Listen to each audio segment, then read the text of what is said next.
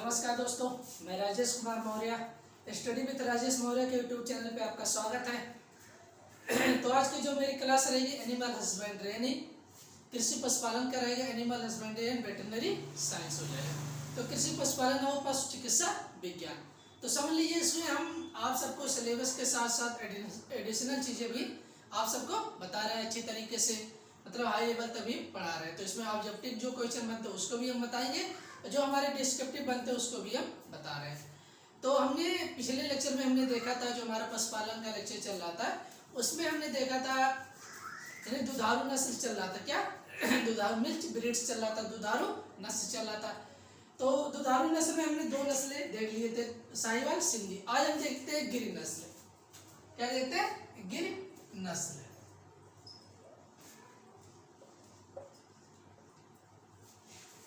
अब गिर नस्ल हमारी एक प्रजाति है जो कौन सी है? गाय की दुधारू नस्ल है, साहिवाल, सिंधी, गिर तथा देवनी। तो अब इसके सबसे पहले इसका हम देख लेते हैं उपनाम, सिनोम्स। क्या हो जाएगा? सिनोम्स।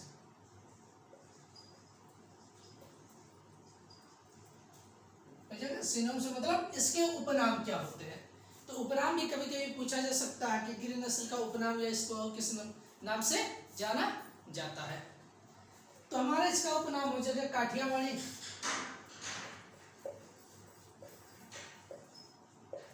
क्या हो जाएगा? काठियावाड़ी हो जाएगा, या सुरती। क्या हो जाएगा? सुरती हो जाएगा, या दक्कन। इसके तीन उपनाम हो जाएंगे। क्या हो जाएंगे? तीन उपनाम हो जाएंगे।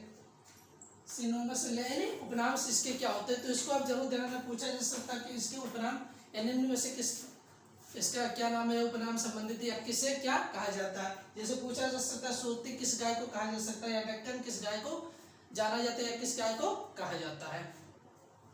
अब इसका देख लेते हैं मूल स्थान यानी नेटिव प्लेस।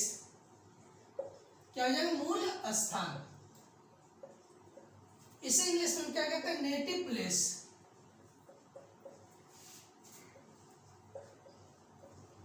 क्या हो जाएगा? नेटिव प्लेस मतलब मूल स्थान। तो इसका मूल स्थान हो जाए गुजरात राज्य के काठियावाड़ क्षेत्र हो जाता है। क्या होता है? गुजरात राज्य का काठियावाड़ क्षेत्र माना जाता है। गुजरात राज्य का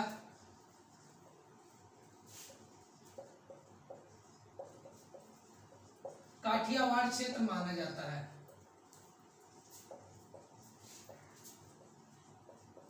माना जाता है। तो हमारे गिर नस्ल के बारे में हम आप सबको बता रहे हैं, यानी बहुत अच्छी तरीके से बता रहे हैं। तो इसको आप जरूर ध्यान से देख लीजिएगा वीडियो। और हमारा आप सभी से रिक्वेस्ट है कि हमारे इस वीडियो को ज़्यादा से ज़्यादा शेयर करिए और सब्सक्राइब करिए। और आप सबको पढ़ाई कैसे लग रहा है इसको आप जरूर कमेंट बॉक्स में कमेंट करिए। अगर किसी क्वेश्चन में आपको दिक्कत है तो उसको आप जरूर बताइए। हम नेक्स्ट लेक्चर में कोशिश करेंगे कि आपको उस क्वेश्चन का आंसर या जो भी उसमें प्रॉब्लम हम सॉल्व करेंगे। तो इसका मूल स्थान हो जाएगा। अब यह नस्ल मुख्य रूप से कहां पर पाई जाती है? तो यह नस्ल अगर देखा जाए राजस्थान के अजमेर तथा भीलवाड़ा, कहां पर? भीलवाड़ा जिले में प्रमुख रूप से पाई जाती है। यह नस्ल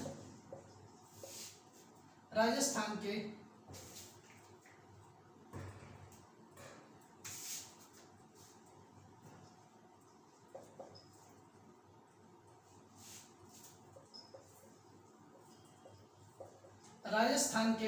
अजमेर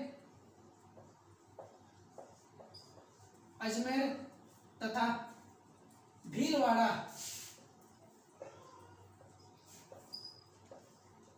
भीलवाड़ा जिले में मुख्य रूप से पाई जाती है। मुख्य रूप से पाई जाती है। तो ये होगा कि ये नस्ल अगर देखा जाए कहां पर विशेष रूप से पाया जाता है, तो हमारा यह नस्ल राजस्थान के अजमेर, ये भी एक जिला हो जाए, अजमेर और या भीलवाड़ा जिले में मुख्य रूप से यह नस्ल पाई जाती है। तो अगर पूछ लेता कि जो गिर नस्ल है मुख्य रूप से भारत के कौन सा ऐसा राज्य जहाँ पर पाई जाती है या किस जिले में मुख्य रूप से पाए जाते हैं, तो किस जिले में पाए जाते हैं? राजस्थान में पहले हमारा जो अब राजस्थान के अजमेर व भीलवाड़ा में पाई जाती है। तो इसको हम नोट कर लीजिएगा। तो हमने बताया कि इसका उपनाम क्या होता है, तो हमारा उपनाम काठियावाड़, सुरती और ढक्कन। उसके बाद मूल स्थान नेटिव प्लेस गुजरात राज्य के काठियावाड़ क्षेत्र माना जाता है और ये कहाँ पर पाई जाती है। अब इसके आगे हम देखते हैं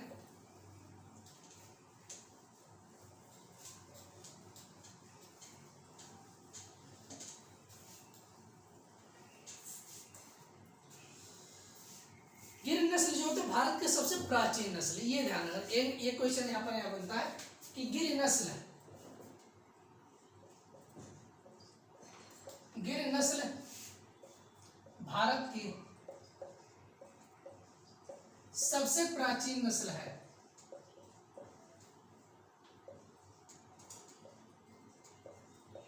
सबसे प्राचीन नस्ल है।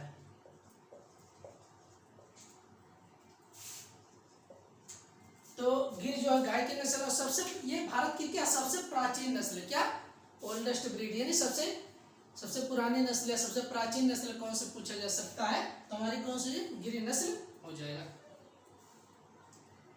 इस नस्ल के पशुओं का जैसा शरीर होता है। अगर इसके हम बॉडी देख लेते हैं, बॉडी स्ट्रक्चर देख लेते हैं या इनका रंग कैसा होता है, तो उसके बारे में, बॉडी कैरेक्टर के बारे में हम यानी जो उनके शरीर के लक्षण होते हैं उसके बारे में अगर हम देख लेते हैं तो इनका शरीर कैसा होता है। तो इस नस्ल या इस पशु का शरीर,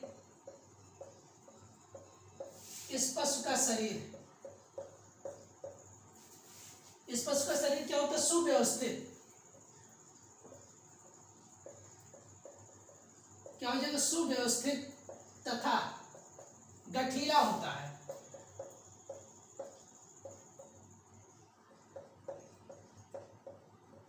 कैसा होता है, सुव्यवस्थित तथा गठीला होता है। हम कोशिश करेंगे अगले लेक्चर में हम सबको इंग्लिश में भी बताते रहेंगे। तो इस नस्ल के पशुओं का शरीर सुव्यवस्थित तथा गठीला होता है। अब इनके रंग देख लेते हैं, ये कैसे रंग के होते हैं, किस रंग के पाए जाते हैं। तो अगर यहाँ पर रंग या कलर देख लेते हैं,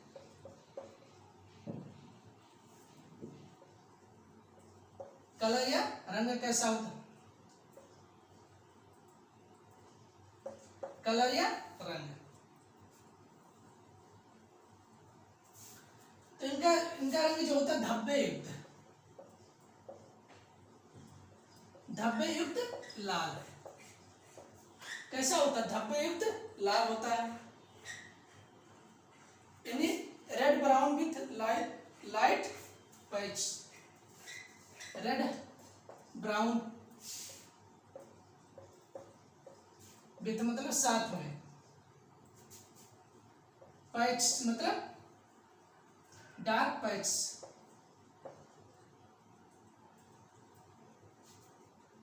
हाँ, रेड पैच मतलब धब्बे होते हैं।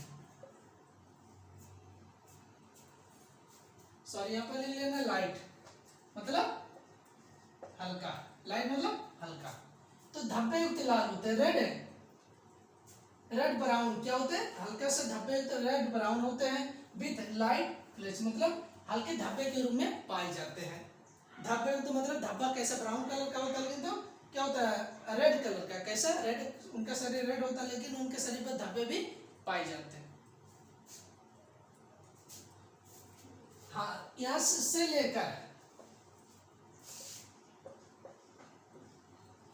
चितकबरा, कैसा, चितकबरे रंग का भी होते हैं। मोल्टेड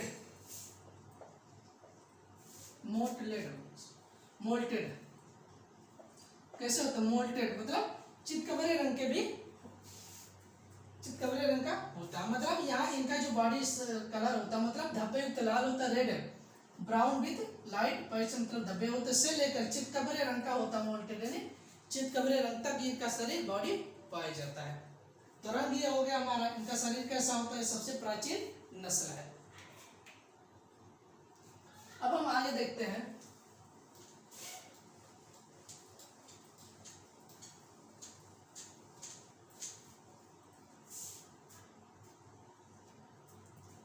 इस नस्ल के अगर हम वेट देख लेते हैं, भात देख लेते हैं, बाहर उससे कोई जरूरी नहीं, लेकिन तो आप सबको बताते हैं। इस नस्ल के नर का भार यानी जो सांड होते हैं,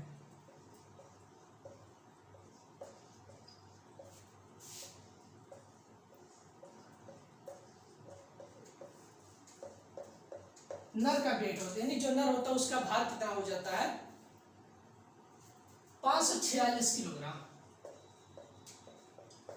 कितना होता है 546 किलो, यानी जो नर होता है मेल होता है, अगर देखा जाए सांड जैसे बुल बोला जाता है, उसका वेट या भार कितना होता है तो 546 किलोग्राम लगभग होता है।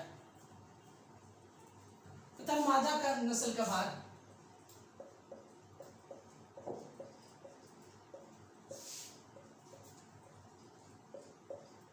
अगर मादा नस्ल का भार देखा जाता है तो 346 से लगभग 400 होते हैं।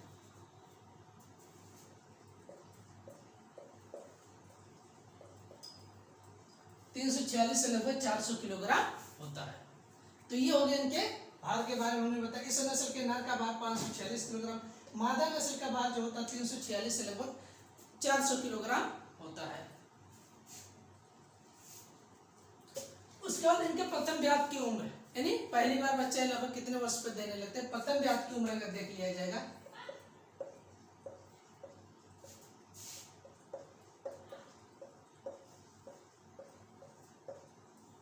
तो प्रथम ब्यात की उम्र हो जाएगी 4 वर्ष। यानी पहली बार ये बच्चा कितने दिनों पे देने लगते हैं तो लगभग 4 वर्ष में प्रथम ब्यात की उम्र लगभग उनकी कितनी होती है 4 वर्ष होता है। और इनका औसत दुग्ध उत्पादन कितना होता है, दुग्ध उत्पादन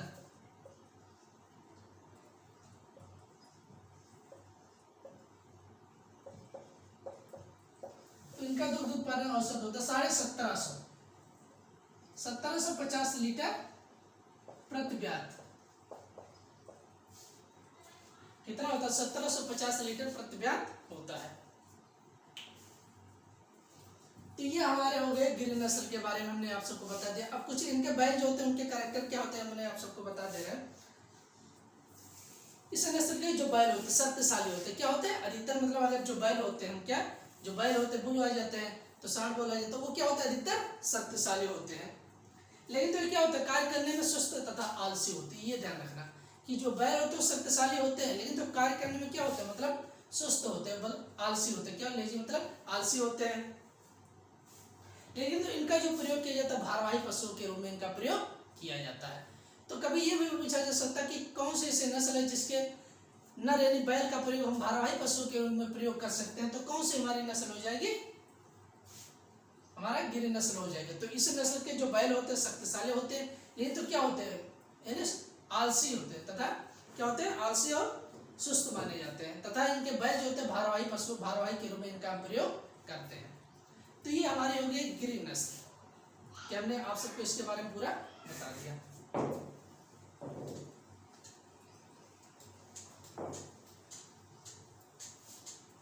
अब हम आगे देखते हैं देवनी नस्ल। हमारा क्या जाता है देवनी नस्ल।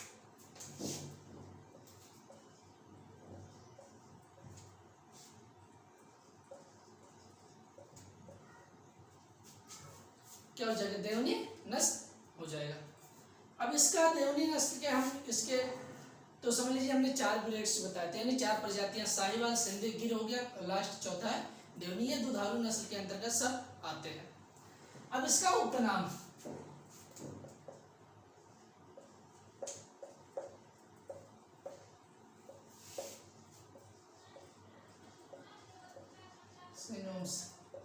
क्या हो जाएगा उपनाम।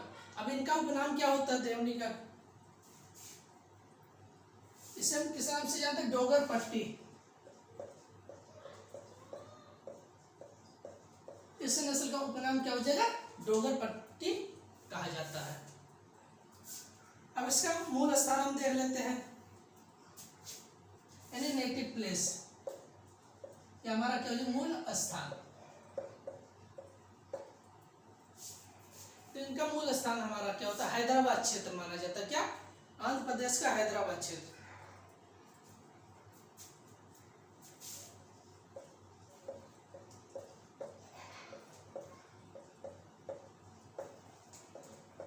इस नस्ल का मूल स्थान हैदराबाद क्षेत्र माना जाता है। हैदराबाद क्षेत्र।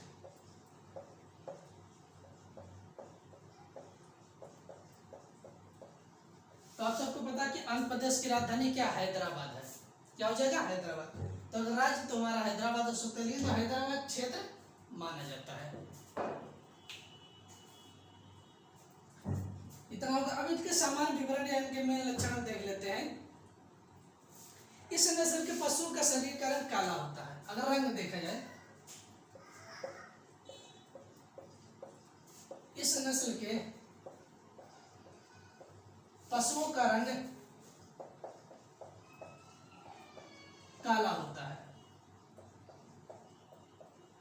अगर देखा जाए कि पशुओं का रंग कैसा होता है, तो पशुओं का रंग कैसा हो जाएगा? काला होता है। तथा जिस पर सफेद तथा लाल धब्बे पाए जाते हैं, तथा इनके शरीर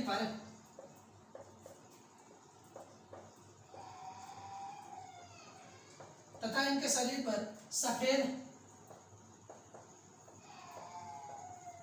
तथा लाल धब्बे पाए जाते हैं।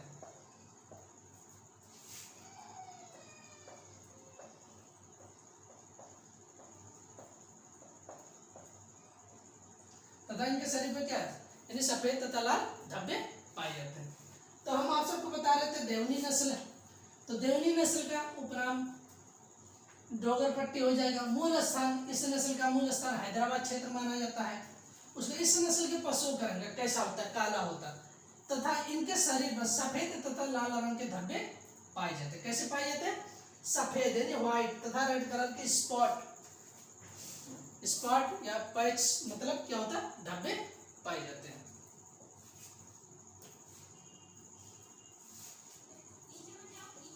इतना हो गया इनके लक्षण के बारे में हम आप सबको बता रहे हैं। अब और हम देखते हैं, आगे देखते हैं। और इस नस्ल के पशुओं के कान जो होते हैं छोटे छोटे तथा लटकते हुए होते हैं।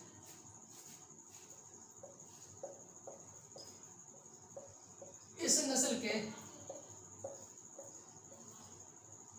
पशुओं के कान छोटे छोटे तथा लटकते हुए होते हैं।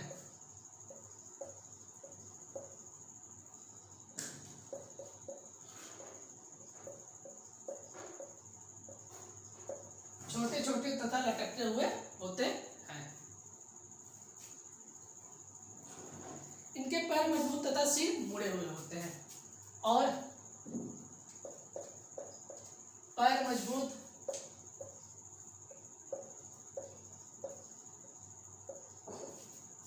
तथा सिर मुड़े हुए होते हैं।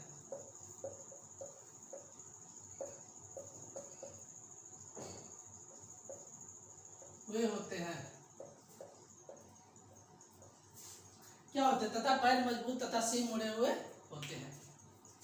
तो ये हमारे देवनी नस्ल के पशु जो होते हैं उनके हमने आप सबको लक्षण या कैरेक्टर बताया कि इन पशुओं में क्या क्या, मतलब उनके शरीर के रंग कैसा होता है, मतलब उनके शरीर में क्या क्या मेन कैरेक्टर होते हैं। ये हो गया। अब आ जाता है इस नस्ल के नर का जो भार होता है, यानी नर का भार।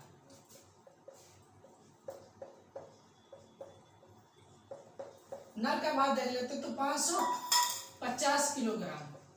कितना होता है? 550 किलोग्राम। तथा मादा नस्ल का भार अगर देख लेते हैं, मादा नस्ल का भार, तो मादा नस्ल का भार इनका हो जाएगा 350 किलोग्राम, यानी 350 किलोग्राम हो जाएगा। तो मादा नस्ल का भार कितना हो जाएगा? 350 किलोग्राम हो जाएगा। उसके बाद अब अगला आ जाता है इनके प्रथम ब्यात की उम्र। क्या हो जाता है? प्रथम ब्यात की उम्र।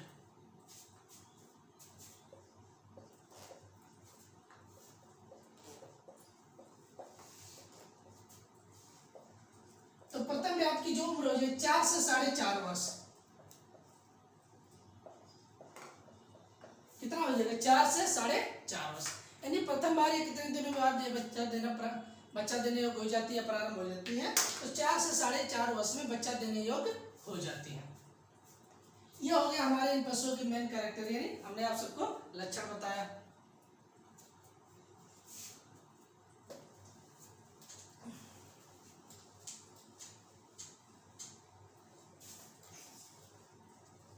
अब देख लेते हैं यूटिलिटी मतलब उपयोगिता।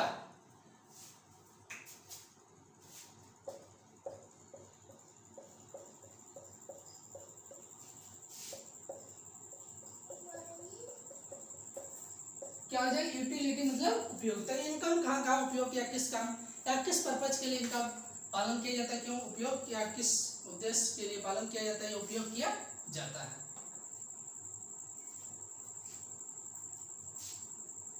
तो देवनी जो नस्ल होती है मध्यम आकार की नस्ल है। देवनी नस्ल मध्यम आकार की नस्ल है। मध्यम आकार की नस्ल है।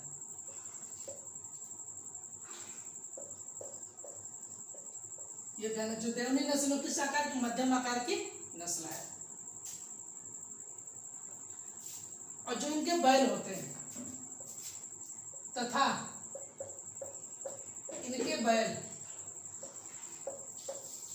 कृषि कार्य योग्य, कैसे कृषि कार्य योग्य, कृषि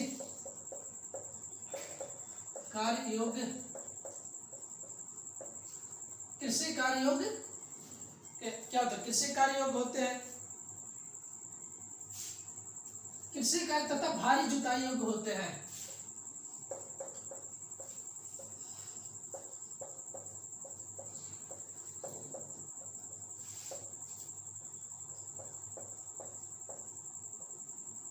कैसे होते हैं? कृषि कार्य योग्य होते तथा भारी जुताई योग्य होते हैं। तो ये हम देवनी नस्ल की यूटिलिटी मतलब इनका उपयोगिता, हम किस पर्पज के लिए हम पालते हैं, तो इनका उपयोग क्या? तो ये देवनी नस्ल जो होते हैं मध्यम आकार की नस्ल। कैसे मध्यम? इस नस्ल के बैल कृषि कार्य योग्य होते हैं। कैसे? कृषि कार्य योग्य तथा भारी जुताई योग्य होते हैं। कृषि कार्य में भी प्रयोग कर सकते हैं, जैसे कोई भी काम बोझा ढोने कुछ भी कर सकते हैं, तथा इनको हम जुताई भी कर सकते हैं। जैसे हमारे 2-3 बीघे खेत है, उनका भी हम कंटिन्यू जुताई कर सकते हैं, उसके लिए ये उपयुक्त होते हैं।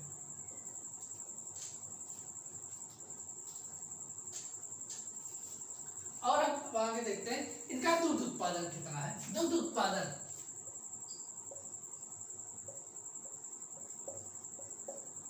तो इनका दुग्ध उत्पादन होता है 1700 लीटर प्रति ब्यात।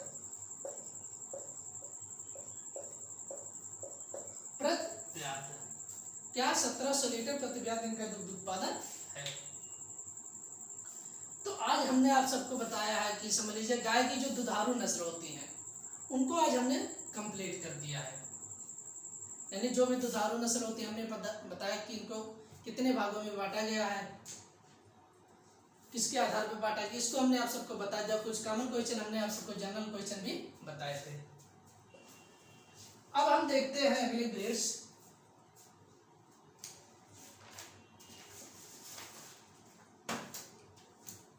यानी गाय की द्विकाजी नस्ल।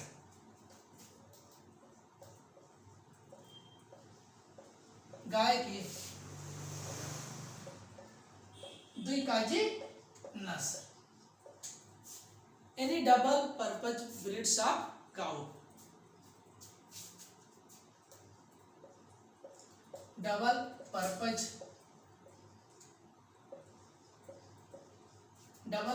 ब्रीड्स ऑफ काउ यानी गाय की द्विकाजी नस्ल। अब गाय की द्विकाजी नस्ल क्या होती है? जो मतलब हम दूध देने मतलब दूध के पर्पज से भी उपयोग करें, जो हमारी मादा पशु होती है उनको हम दूध के लिए पालन करते हैं, तथा इनके जो नर होते हैं उनको हम कृषि कार्यों के लिए उपयोग करते हैं। क्या हो जाएगा? जो नर होते हैं उन्हें कृषि कार्यों के लिए उपयोग करते हैं, तथा जो मादा पशु होते हैं उन्हें दूध देने यानी दूध के पर्पज के लिए पाला जाता है। तो उसे हम क्या बोलते हैं? डबल पर्पज ब्रीड्स यानी गाय की द्विकाजी नस्ल है। क्या हो जाएगा? डबल पर्पज ब्रीड्स या गाय की द्विकाजी नस्ल हो जाएगा।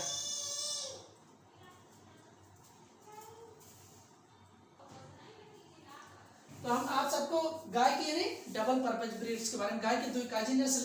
अब द्विकाजी नस्ल में किस उद्देश्य से पाली जाती है हमने आप सबको बता दिया। तो द्विकाजी नस्ल में सबसे पहले हम देखेंगे हरियाणा नस्ल।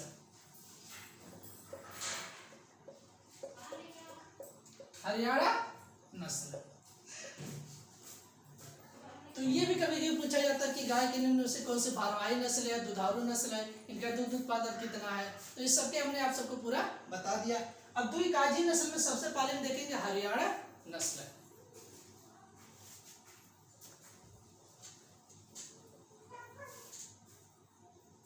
अब सबसे पहले इसका हो जाएगा मूल स्थान। मूल स्थान यानी क्या हो जाएगा, नेटिव प्लेस।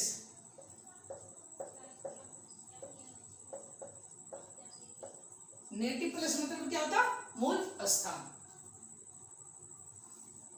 तो इस नस्ल का जो मूल स्थान होता है पूर्वी पंजाब तथा हरियाणा क्षेत्र माना जाता है।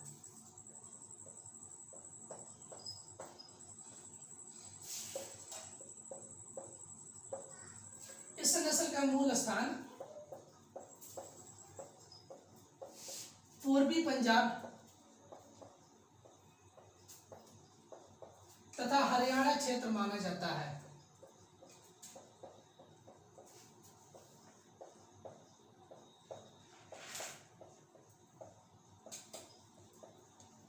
इसका मूल स्थान क्या हो जाएगा, यानी उत्पत्ति स्थान कहां से ये निकाली गई थी।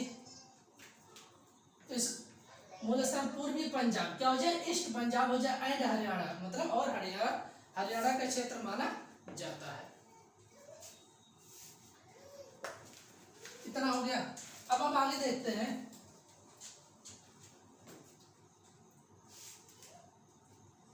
अब ये नस्ल मुख्य रूप से कहां कहां पर पाई जाती है, तो इसको भी देख लेते हैं कहां पर ये नस्ल मात्रा में मुख्य रूप से पाली जाती है। तो यह नस्ल है संपूर्ण दिल्ली राज्य, संपूर्ण दिल्ली राज्य क्या हो जाएगा, संपूर्ण दिल्ली यानी पूरे दिल्ली राज्य में तथा राजस्थान के अलवर और भरतपुर जिलों में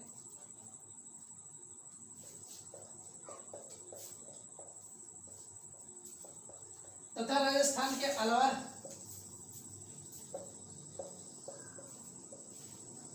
और भरतपुर जिलों में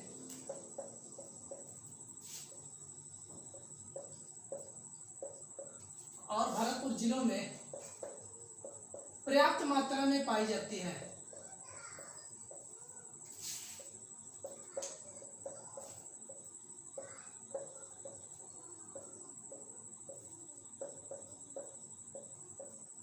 कहां पर ये मुख्य रूप से ये नस्ल पाई जाती है, तो यह नस्ल संपूर्ण दिल्ली राज्य, कहां पर, यानी टोटल जो दिल्ली होता है उस भाग में तथा राजस्थान के अलवर क्या अलवर एक जिला अलवर तथा भरतपुर जिले में पर्याप्त मात्रा में यह नस्ल यानी मुख्य रूप से वहीं पर यह नस्ल पाली जाती है।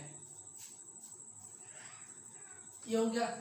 उसके बाद यह नस्ल जो होता है द्विकाजी नस्लों में सबसे सर्वोत्तम नस्ल है।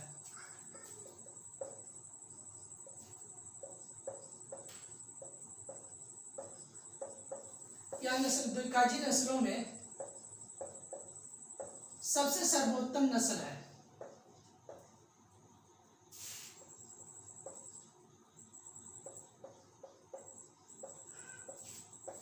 सबसे सर्वोत्तम नस्ल है, यानी जो द्विकाजी हमारी, अगर देखा जाए कि द्विकाजी में सबसे उपयुक्त या सबसे अच्छी नस्ल कौन सी होती है, तो हरियाणा नस्ल मानी जाती है। कौन सी? हरियाणा नस्ल मानी जाती है। और इनका हम देख लेते सामान्य विवरण या मेन कैरेक्टर क्या होते हैं, तो इनके बारे में, इनका शरीर का रंग कैसा होता है उसके बारे में देख लेते हैं। इस नस्ल के पशु का रंग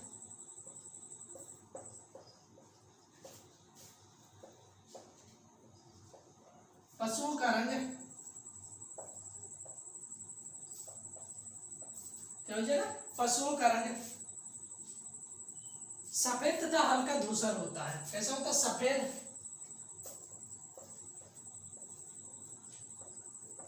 तथा हल्का धूसर होता है। कैसा होता है? सफेद तथा हल्का धूसर होता है, परंतु क्या हो जाएगा, परंतु सिर गर्द तथा गलकंबल, सिर कामा गर्दन तथा गलकंबल,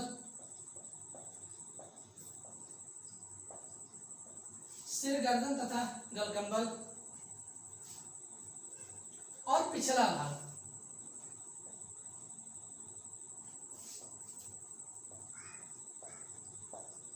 और पिछला भाग गहरे धूसर रंग का होता है, गहरे धूसर रंग का होता है।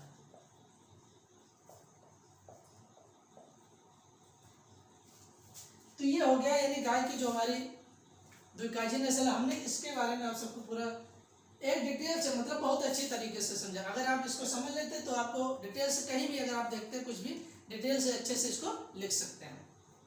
तो इस नस्ल का मतलब यहाँ संपूर्ण रूप से दिल्ली राज्य में तथा राजस्थान के अलवर तथा भरतपुर जिलों में पर इस नस्ल यानी यह नस्ल जो द्विकाजी नस्ल में सबसे सर्वोत्तम नस्ल है। उसका इनका रंग इस पशुओं के रंग सफेद तथा हल्का धूसर रंग, परंतु सिर गर्दन तथा गलकंबल और पिछला शरीर का पिछला भाग गहरे धूसर रंग का होता है। कैसा होता है, डार्क ब्राउन होता है, यानी डार्क ब्राउन या धूसर रंग का, गहरे धूसर रंग का होता है।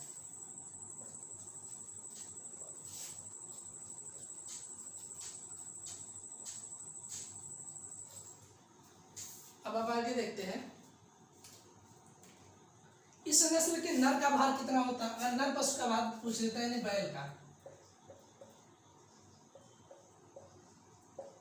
नर का भार हो जाता है 444 किलोग्राम। कितना हो जाएगा, 444 किलोग्राम हो जाएगा। तथा मादा पशु तथा मादा का भार तथा मादा का भार 344 किलोग्राम होता है। कितना होता है मादा का भार, 344 किलोग्राम होता है।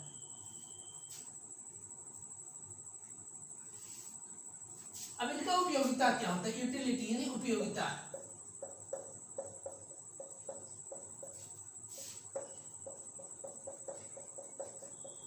यूटिलिटी या उपयोगिता।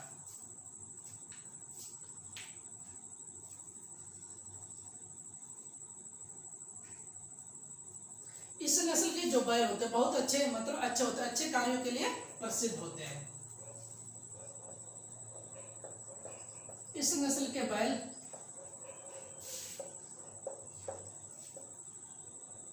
कार्यों के लिए अच्छे माने जाते हैं।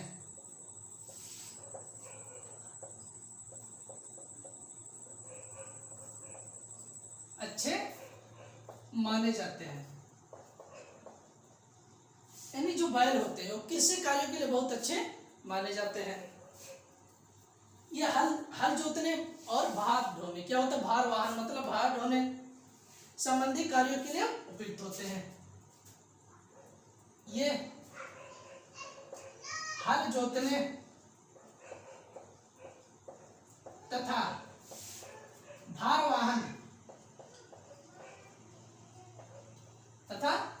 वाहन के लिए